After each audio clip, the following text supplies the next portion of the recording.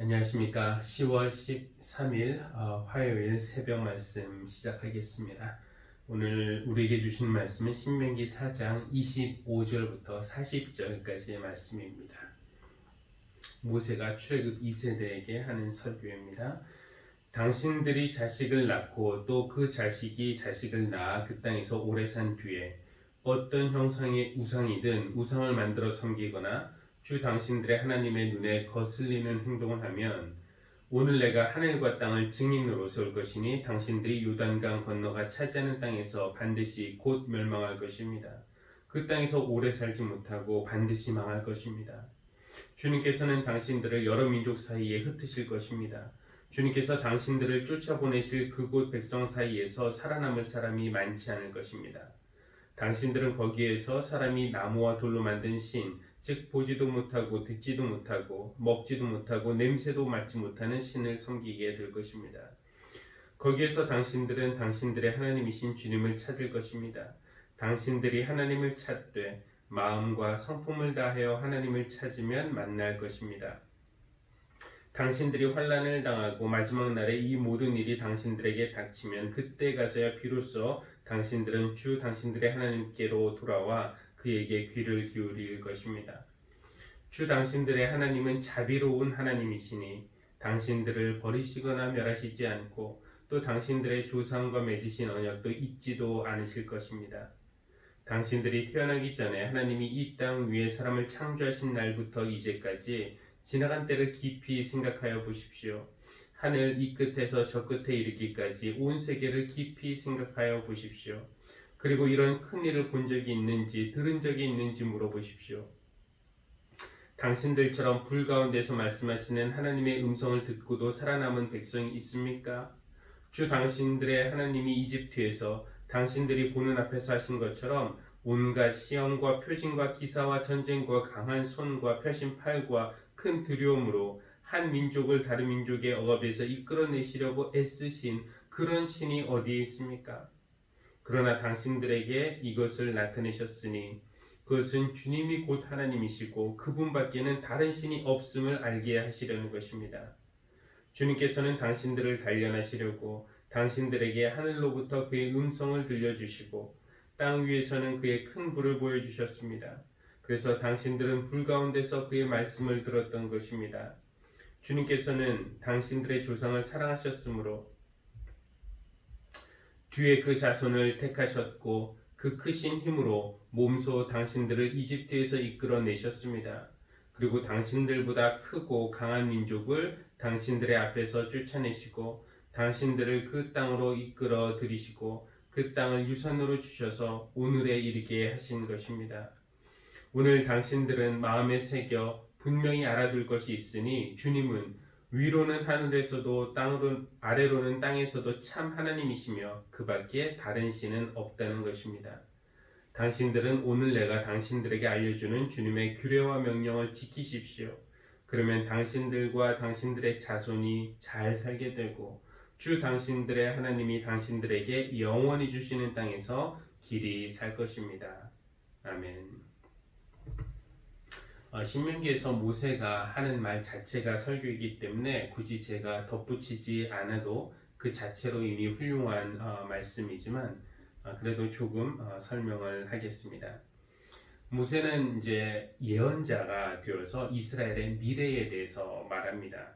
지금 가나안 땅에 들어가기도 전인데 그 땅에서 들어가게 되면 반드시 멸망해서 여러 민족들 사이에 흩어지게 될 것을 내다보고 있습니다.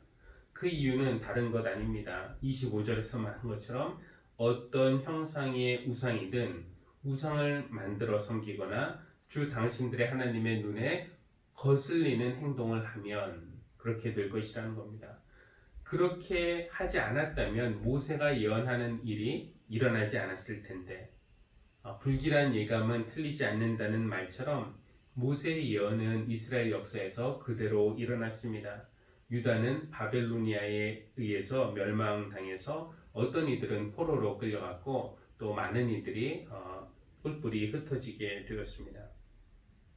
모세는 그들이 자기들이 그렇게 좋아하고 의지했던 우상들, 보지도 못하고 듣지도 못하고 먹지도 못하고 냄새도 맡지 못하는 그런 우상들을 실컷 섬기다가 이방 땅에서 실컷 섬기다가 돌이켜 하나님을 찾게 될 것이라고 말씀하고 있습니다. 섬기다 보니 우상의 실체, 민낯을 알게 된 것이죠.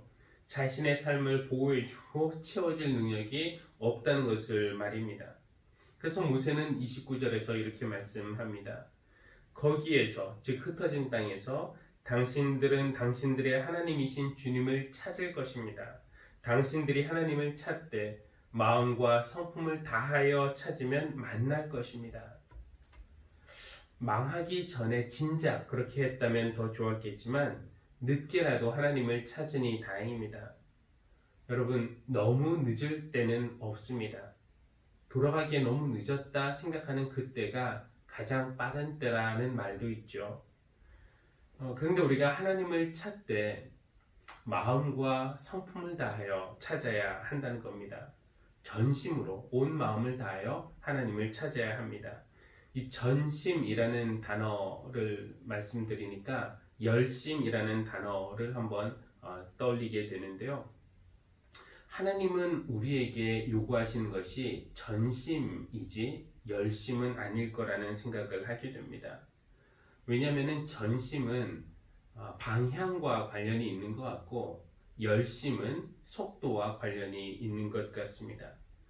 많은 경우 교회는 성도들의 신앙에 있어서 열심, 충성 이런 것을 강조하지만 열심과 충성은 종종 잘못된 방향과 대상을 갖기 때문에 위험할 수 있습니다.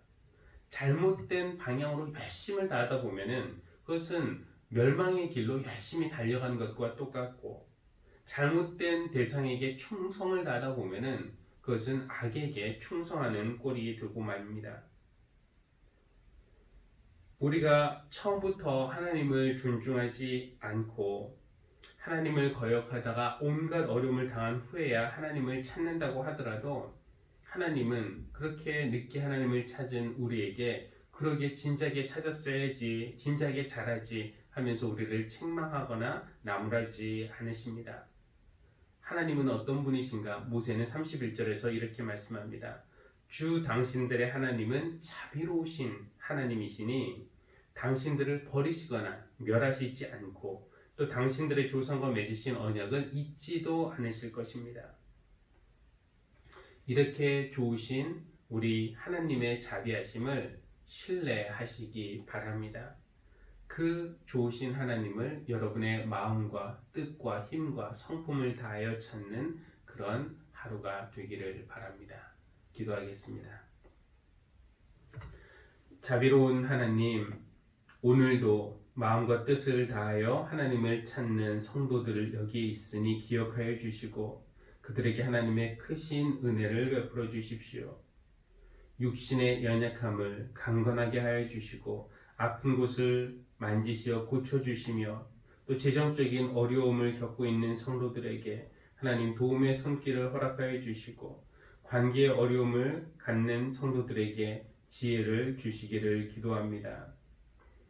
하나님, 평소에 하나님을 찾지 못하고 어려움이 닥친 후에야 하나님을 찾는 우리의 모습이지만 전심으로 하나님을 찾을 때 응답하여 주시고 만나 주시고 도와주실 줄 믿습니다.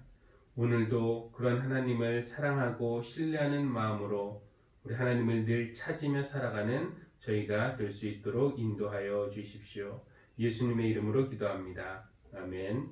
하늘에 계신 우리 아버지여, 이름이 거룩히 여김을 받으시오며 나라가 임하시오며 뜻이 하늘에서 이루어진 것 같이 땅에서도 이루어지이다.